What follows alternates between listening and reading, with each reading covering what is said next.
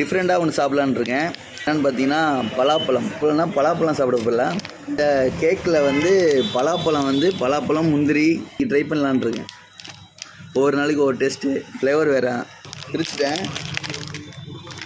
அந்த பலாப்பழத்தோட ஃப்ளேவர், அந்த வாசனை அடுத்து அப்படியே வருது. எப்படி இருக்குன்னு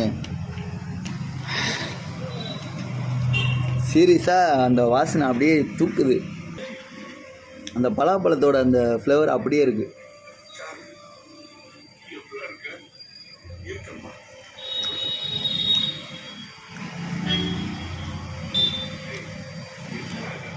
பலாப்பழம் அப்படியே இருக்குது. அதில் என்ன பலாப்பழம் வந்து ரொம்ப பழுத்து போனால் எப்படி இருக்கும் அந்த மாதிரி இருக்குது. இந்த மாதிரி புதுசு புதுசாக ட்ரை பண்ணிக்கிருக்கேன்.